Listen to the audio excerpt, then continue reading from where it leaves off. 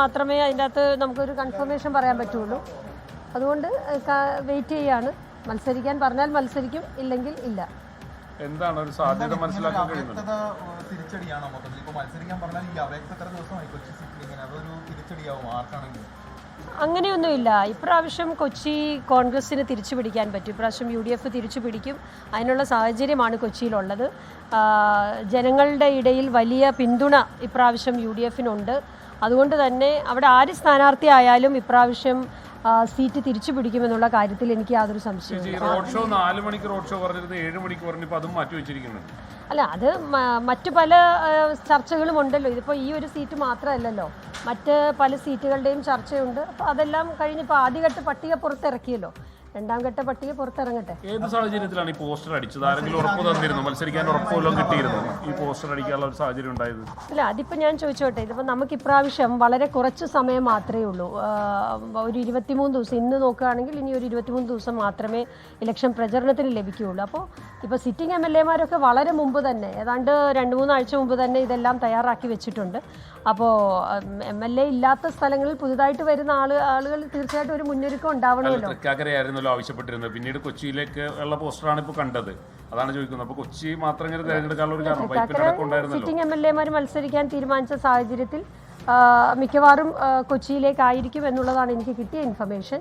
അപ്പോൾ അത് വെച്ച് നമ്മളൊരു മുന്നൊരുക്കം നടത്തണം. തീരെ സമയം കുറവാണ് പ്രചരണത്തിന്. അതുകൊണ്ടാണ് അത്തരത്തിൽ ചെയ്തത്. അത് ഇല്ല, ഫൈനൽ പറഞ്ഞാൽ ഇപ്പൊ ഇറങ്ങുമല്ലോ. അത് ഫൈനൽ അത് പറഞ്ഞിട്ട്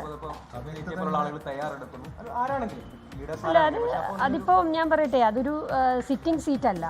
അവിടെ വളരെ കുറച്ച് സമയമേ ഉള്ളൂ എന്നുള്ളത് കൊണ്ട് എല്ലാവരും തയ്യാറെടുത്തിട്ടുണ്ട്. അതിപ്പോ അവിടെ മറ്റ് വേറെ പേര് ഉള്ള ആളും ഉണ്ടല്ലോ, അവരൊക്കെ തയ്യാറെടുത്തിട്ടുണ്ടാവും. നോമിനേഷൻ ഫോം അടക്കം ഫില്ല് ചെയ്തു എന്നാണ് മനസ്സിലാക്കാൻ കഴിയുന്നത്. അല്ല, നോമിനേഷൻ ഇപ്പോൾ 23-ാം തീയതി വരെയാണ് നോമിനേഷൻ കൊടുക്കാനുള്ള സമയം. അതിൽ ഒരു ഞായറാഴ്ച വരുന്നുണ്ട്, പിന്നുള്ളത് 2-3 ദിവസമാണ്.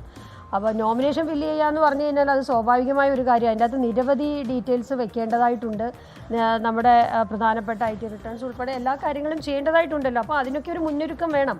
അതിപ്പോൾ സ്ഥാനാർത്ഥിയായി നമുക്ക് സമയക്കുറവുള്ള ഒരു സമയത്ത് പ്രഖ്യാപിച്ചതിന് ശേഷം ഇതെല്ലാം നോക്കാമെന്ന് വിചാരിച്ചാൽ ചിലപ്പോൾ പ്രയാസം വരും. അതുകൊണ്ട് അതിനുള്ള മുന്നൊരുക്കം ചെയ്തു എന്നുള്ളതേ ഉള്ളൂ. പക്ഷേ അതുകൊണ്ട് സ്ഥാനാർത്ഥിയാകണമെന്നില്ലല്ലോ. പാർട്ടി പ്രഖ്യാപിച്ചാൽ സ്ഥാനാർത്ഥിയാകും.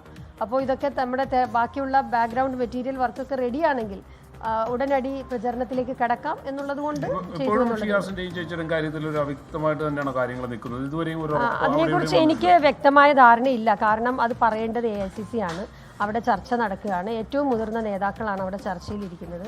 അപ്പോൾ അതുകൊണ്ട് അവിടുന്ന് ഒരു ഇൻഫർമേഷൻ വരാതെ എനിക്ക് അതിനെപ്പറ്റി ഒന്നും പറയാൻ പറ്റില്ല. മറ്റൊരു കാര്യം, നേരത്തെ ഒരു KPCC അധ്യക്ഷൻ തന്നെ ഈ മേയർഷിപ്പിന്റെ കാര്യത്തിൽ അത് നടക്കാതെ പോയപ്പോൾ ഒരു നീതി നടപ്പാകും എന്ന് പറഞ്ഞിരുന്നു എന്ന് താങ്കൾ തന്നെ നേരത്തെ പറഞ്ഞു. ആ നീതി ഇപ്പോഴും നടപ്പാകും എന്ന പ്രതീക്ഷയിൽ തന്നെയാണോ ദീപ്തി മുന്നോട്ട് പോകുന്നത്? അത് KPCC പ്രസിഡന്റ് പറഞ്ഞെങ്കിൽ അദ്ദേഹം തന്നെയാണല്ലോ അതിന് മറുപടി പറയേണ്ടത്, ഞാനല്ലല്ലോ പറയേണ്ടത്. അല്ല, താങ്കളാണെന്ന് പറഞ്ഞത് ഇങ്ങനെ ആ ഒരു നീതി നടപ്പാകും, ജസ്റ്റിസ് നടപ്പാകും എന്ന് ഒരു ഉറപ്പ് അന്ന് തന്നിട്ടുണ്ടെന്ന്. അതെ, KPCC പ്രസിഡന്റ് പറഞ്ഞു. നിങ്ങളുടെ മുമ്പിൽ വെച്ചാണല്ലോ പറഞ്ഞത്. നിങ്ങളോട് മാധ്യമപ്രവർത്തകരോട് പറഞ്ഞു.